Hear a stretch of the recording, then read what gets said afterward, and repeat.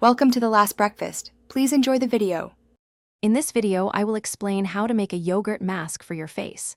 Yogurt masks offer fantastic benefits for your skin. They contain lactic acid, a natural alpha hydroxy acid, which gently exfoliates, revealing brighter skin. The probiotics can help balance your skin's natural flora, while its hydrating properties leave your face feeling soft and refreshed. It's a simple, natural way to boost your skin's health. Creating a basic yogurt mask is incredibly easy. You'll need 2 tablespoons of plain, unsweetened yogurt. Opt for full-fat yogurt, as it provides more moisture and beneficial fats for your skin. Once you have your yogurt, simply apply a thin, even layer to your freshly cleansed, dry face. Let this simple mask work its magic for about 10 to 15 minutes. You can easily customize your yogurt mask to address specific skin concerns.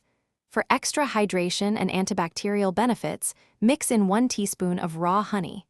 If you're looking to reduce inflammation, add 1/2 teaspoon of turmeric powder. For blemish-prone skin, a few drops of tea tree oil can be beneficial. Or, for intense nourishment, mash 1/4 of an avocado into your mask.